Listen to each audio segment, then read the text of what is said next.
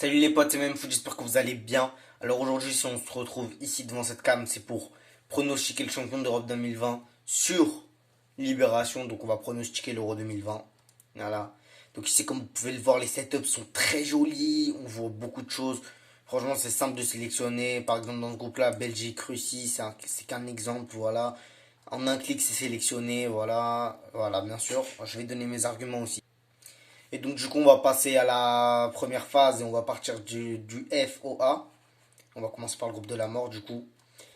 Entre la Hongrie qui s'est qualifiée en tant que premier barragiste et le Portugal, la France et l'Allemagne. Alors pour moi la France finira première. Champion du monde 2018, ils ont un assez bon effectif. Des jeunes joueurs comme Mbappé, Dembélé et encore on a un avenir encore très grand. La France, les Bleus ils ont un avenir géant donc je pense qu'ils peuvent aller très très loin cette année.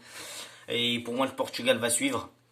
Parce que c'est les derniers champions d'Europe en date. Ils vont vouloir conserver leur titre. Ça, c'est sûr et certain.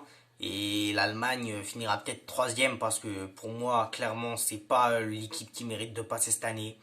Franchement, l'Allemagne, leur dernier match, ça m'a déçu d'après ce que j'ai pu voir contre l'Espagne. Même avec leurs 11 titulaires, ils ont réussi à en prendre 6. Donc franchement, c'était choquant.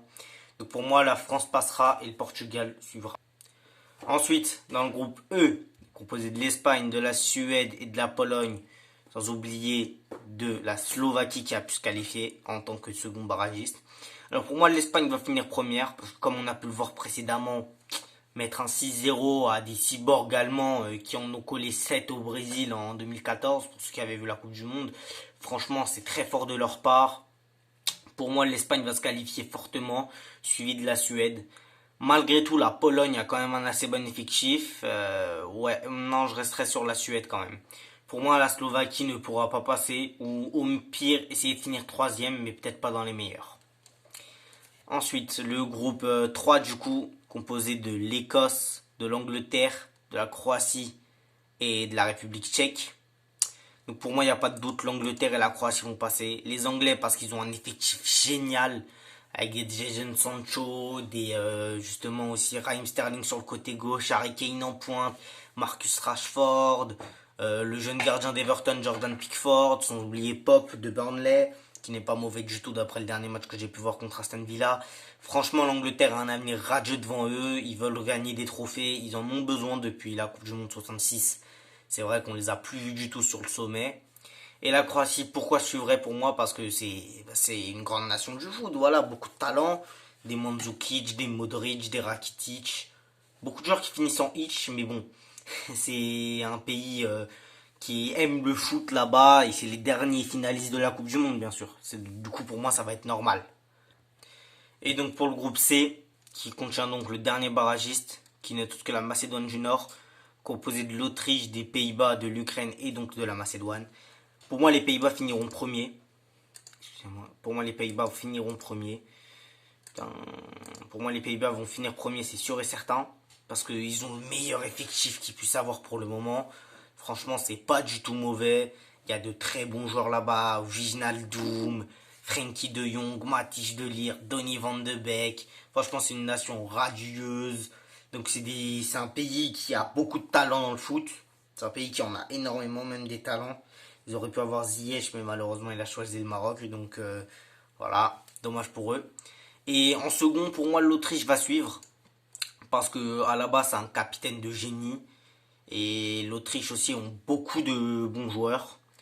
Voilà, donc en tout cas, ils sont meilleurs que l'Ukraine et que la Macédoine, ça c'est sûr et certain. Ensuite, dans le groupe B, je prédirais plus une victoire des Belges en premier tour, bien sûr, pour finir premier de leur groupe. C'est un groupe assez simple pour eux. Il n'y a que le Danemark qui peuvent aller essayer de les bouger un tout petit peu avec Eriksen et Kasper Schmeichel dans les cages.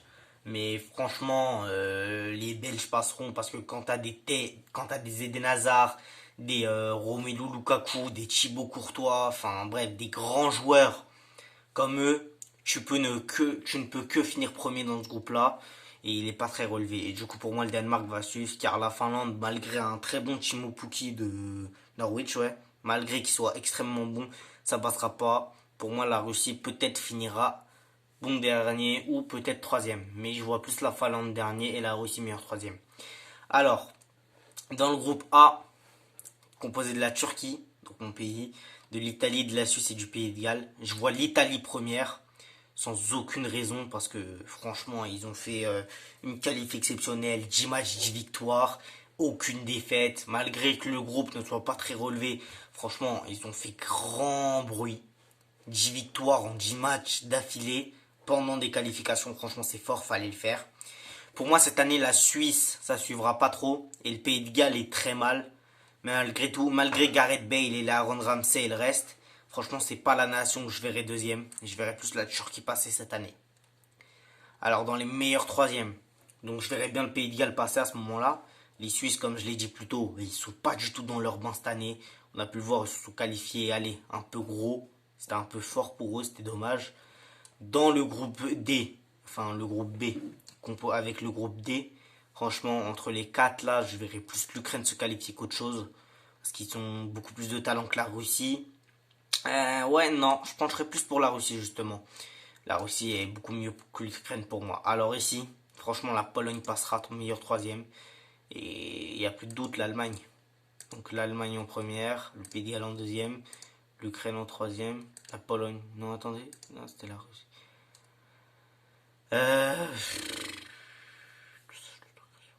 Donc les Pays de Galles, la Russie, la Pologne, l'Allemagne. Et donc là, on a nos phases finales, donc les huitièmes de finale entre la France et le Pays de Galles. La France passe sans aucun accroc. Ici, la Croatie, pour moi, passera contre la Suède et on aura le droit à un remake de la finale de 2018. Franchement, ici, on a une belle opposition entre la Belgique et la Pologne, mais la Belgique passera pour moi. Et franchement, ici, le favori est tout désigné, ce sera l'Italie. Ici, pour moi, entre l'Espagne et la Russie, il n'y a pas de doute, c'est l'Espagne. Mais il faut faire attention aux Russes, parce qu'on s'en rappelle, l'année dernière, en 2018, plutôt en huitième de finale, ils ont réussi à se qualifier contre l'Espagne, au tir au but, bien sûr. Franchement, Angleterre-Portugal, c'est très beau, et je verrais bien le Portugal passer, pour avoir un petit Espagne-Portugal, remake du fameux 3-3 de 2018. Et franchement, ici, je verrais plus les Pays-Bas passer contre l'Allemagne. Et franchement, je vais dire la Turquie. Parce qu'ils ont un meilleur effectif que le Danemark. Sans se mentir, il y a des jeunes cracks comme Abdulkadir Ömür, des jeunes joueurs très prometteurs. Cengiz Ünder sur le côté droit. Je pense aussi à Merta Kanyandash devant en milieu offensif. Et Emre Kılınç sur le côté gauche. Voilà. Donc maintenant les quarts de finale. Et franchement, je vois tout simplement la même chose qu'en 2018. La France passera contre la Croatie et affrontera la Belgique. Pour moi, les Belges vont se la donner contre l'Italie et vont passer. Pour moi, ils passeront. Et franchement, on aura un beau remake de la demi-finale. Espagne-Portugal, je vois le Portugal passer. Ils veulent défendre leur titre. Voilà. Donc, ils feront tout ce qu'ils peuvent pour le faire. Et ici, actuellement, malgré que les Pays-Bas ont une très belle génération, il y a certains joueurs qui, franchement, ne me font que j'apprécie pas particulièrement chez les Pays-Bas parce que ils sont pas exceptionnels, faut le reconnaître, malgré que tu aies une énorme génération dans ton pays, si tes joueurs ils sont pas très très bons. Non, parce qu'en ce moment De Jong ça bégaye un peu au Barça malgré qu'il ait marqué contre Huesca hier. Wijnaldum c'est le seul qui peut être bon et qui peut faire peur, mais je verrais plus la Turquie passer.